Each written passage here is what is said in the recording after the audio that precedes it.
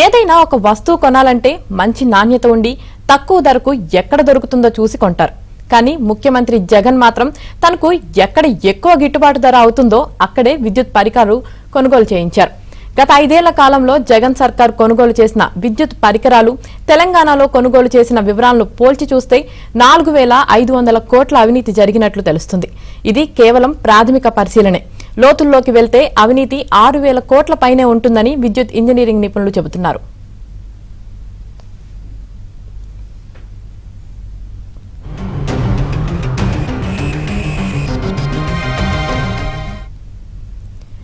విద్యుత్ స్తంభాలు, విద్యుత్ సరఫరా తీగలు, పాలిమర్ పిన్, డిస్కులు, ట్రాన్స్ఫార్మర్లు, ఇతర పరికరాలు, వాక్యూమ్ సర్క్యూట్ బ్రేకర్లు కొనుగోలులో 2 రకాల దోపిడీలు సాగించినట్టు తెలుస్తుంది.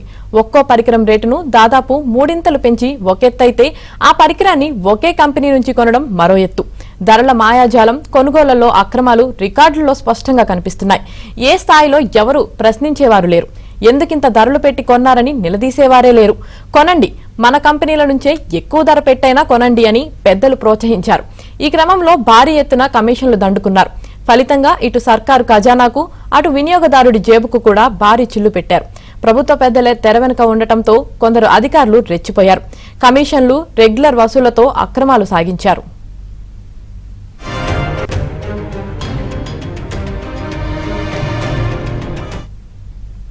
జగన్ సర్కార్ గత 5 ఏళ్ల కాలంలో విద్యుత్ డిస్కంల ద్వారా భారీగా పనులు చేయించింది. కొత్త లైన్లు, పాత లైన్ల పునరుద్ధరణ, మెయింటెనెన్స్ పనులు చేపట్టింది. ఈ పనులకు ప్రధానంగా స్తంభాలు, విద్యుత్ సరఫరా చేసే కేబుల్స్, విద్యుత్ నియంత్రణకు అవసరమైన ట్రాన్స్ఫార్మర్స్ కొనుగోలు చేశారు. వీటికి గాను గత 5 ఏళ్ల కాలంలో 13,000 కోట్లపైనే డిస్కంల ద్వారా ఖర్చు చేశారు. అయితే ఇక్కడ అవినీతికి తెరలేపారు. 210 ఖరీదైన 11 kV 5 kN పాలిమర్ పిన్ను 411 రూపాయలకు కొనుగోలు చేశారు. దాన్ని సర్వీస్ కాంట్రాక్టులో భాగంగా అమర్చే అవకాశమున్నా దానికి కూడా మరో 23 బిల్లు వేశారు. మొత్తంగా 434 రూపాయలు చూపించారు.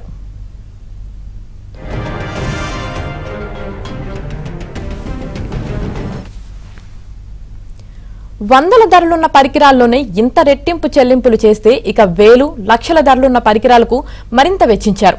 చిత్రం ఏమిటంటే ఎక్కువగా జగన్ కు సన్నిహిత అస్మద్దేయ కంపెనీ అయిన సిరిడి సాయి ఎలక్ట్రికల్స్ నుంచే కొనుగోలు జరిగాయి. అంటే జగన్ కోసమే జరిగిన కొనుగోలు గోల్మాల్లా ఈ వ్యవహారం సాగిందన్న అనుమానాలు బలంగా వ్యక్తమవుతున్నాయి.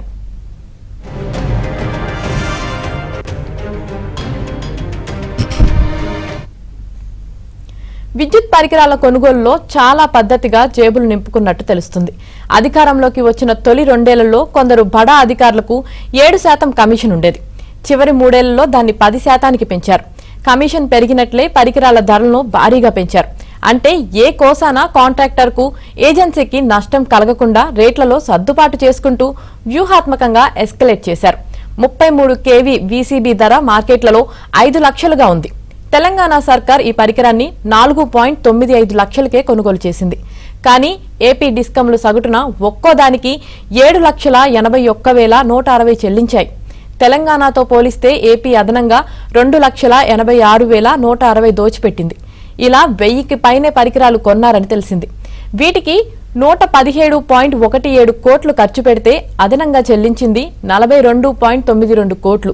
దీనిలో ఇన్స్టలేషన్ పేరిట మరో 4.11 కోట్లు ఖర్చు చూపించారు.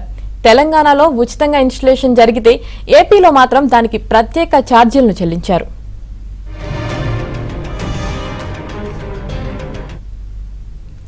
విద్యుత్ పరికరాల కొనుగోలు ధరలు డిమాండ్ను మారుతుంటాయి. కంపెనీల మధ్య పోటీ ఎక్కువైనప్పుడు ధరలు దిగివస్తాయి. డిస్కంలు భారీగా కొనుగోలు చేయాలనుకుంటే కంపెనీలను పిలిచి మాట్లాడి ధరలు తగ్గించాలని కోరవచ్చు. కానీ డిస్కంల పరికరాల కొనుగోలులో భారీగా ధరలు పెంపునకి మొగ్గు చూపినట్లు తెలిపింది. ఒక్కో పరికరంపై దాని రేటు ఆధారంగా ధరలను అమాంతం 2 ఇంతలు పెంచుకుంటూ పోయారు.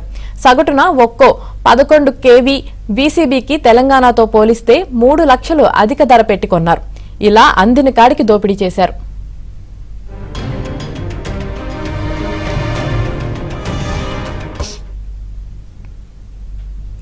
విద్యుత్ పరికరాల కొనుగోళ్లు 2 రకాలుగా సాగాయి.